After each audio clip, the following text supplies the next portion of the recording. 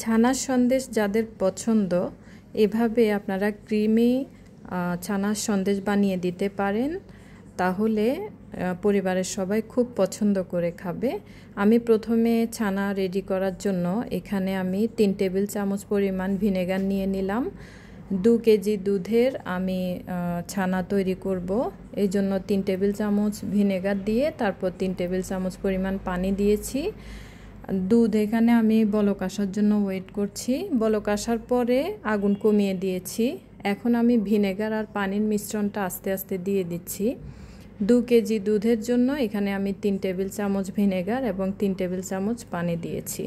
আস্তে আস্তে আমি নেড়ে দিচ্ছি। আর ট্রাই করবেন কাঠের নাড়ুনি দিয়ে নাড়াতে। স্টিল টাইপের কিছু দিয়ে নাড়ালে একটু হার্ড হয়ে যায়। ভিনেগার আর একটু ছিল, আমি ওগুলো দিয়ে মিক্স করে নিলাম। আস্তে আস্তে আমি নেড়ে দিচ্ছি। ছানাটা বেশি জোরে নাড়াবেন না, বেশি জোরে নাড়ালে ছানার টেক্সচার ভালো আসে না। এই যে যখন হালকা একটু গ্রিন টাইপের পানি বের হবে তখন বুঝবেন যে ছানা কাটা হয়ে গেছে। এখন আমি উঠিয়ে নিচ্ছি। 2-3 মিনিটের মধ্যেই দেখবেন যে এমন স্কাই কালার হালকা পানি আসবে। এখন আমি ধুয়ে নিচ্ছি ছানাগুলো, 2-3 বার ধুয়ে নিলাম। ধুয়ে এখানে চেপে নিচ্ছি পানিগুলো যাতে ঝরে যায় ভালোভাবে। আধা ঘন্টা ওয়েট করেছি। হাফ অ্যান আওয়ার পরে আমি দেখছি যে পানিগুলো কতটুকু বেরিয়েছে। এই যে আর সামান্য একটু পানি আছে। আমি হাতের মধ্যে নিয়ে এগুলো হালকা যে পানি আছে ওগুলো আমি বের করে নিচ্ছি হাতে চিপ দিয়ে। এই যে দেখুন আমি কিভাবে বের করছি। আর একটা কথা হচ্ছে, ছানা একবারে হার্ড করে ফেলবেন না, হালকা সফট রাখবেন। এখন আমি কিভাবে ছানাগুলো সফটভাবে মথে নিচ্ছি একটু খেয়াল করুন। হাতের যে তালু দিয়ে আস্তে আস্তে আমি ছানাগুলোকে আমি মথে নিচ্ছি। আপনারাও এভাবে মথে নেবেন। ছানাটা পারফেক্ট হলেই কিন্তু ছানার সন্দেশ একদম পারফেক্ট হয়। ছানা যদি পারফেক্ট না হয় তাহলে কিন্তু ছানার সন্দেশ কিন্তু ভালো হবে না। এই যে দেখুন আমি 3-4 মিনিট আস্তে আস্তে মথে নেওয়ার পরে কেমন সফট হয়েছে, চারপাশ থেকে আমি গুলিয়ে দেখাচ্ছি। এই যে দেখেছেন একদম সফট হয়েছে। আর পারফেক্ট হয়েছে কিনা আপনাদেরকে একটা বুদ্ধি দিচ্ছি। এই যে হাতের মধ্যে নিয়ে এভাবে বল করবেন। বল করলে যখন দেখবেন যে গোল হয়েছে তখন বুঝবেন যে ছানাটা একদম পারফেক্টভাবে রেডি। এখন আমি ছানার সন্দেশ বানানোর জন্য চুলায় চলে আসলাম। আগুন লো হিটে রেখেছি। 1 চামচ পরিমাণ দিয়েছি ঘি। ঘি না দিলে আপনারা ঘির পরিবর্তে 1 চামচ তেল দিয়ে দিবেন। এখানে আমি 250 গ্রাম লিকুইড দুধ দিয়েছি। এই দুধগুলো কিন্তু আমি জাল করে তারপর কমিয়ে নিয়েছি। 1 কেজি দুধ, লিকুইড দুধ আমি জাল দিয়ে তারপরে 1 পোয়া করেছি। এখন আমি চিনি দিয়ে দিলাম 1/3 কাপ পরিমাণ। চিনি আপনারা বেশি যদি পছন্দ করেন তাহলে আর একটু বেশি দিবেন, বা কম খেলে কম দিবেন।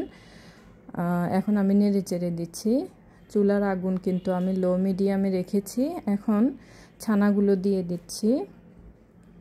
দুধের মধ্যে দিয়ে আস্তে আস্তে আমি ছানাগুলো নেড়ে চেড়ে দিচ্ছি। আর এই দুধগুলো আর ছানাগুলো যাতে আস্তে আস্তে ভালোভাবে মিক্স হয় এই জন্য আর একটু ভালোভাবে নাড়াবো।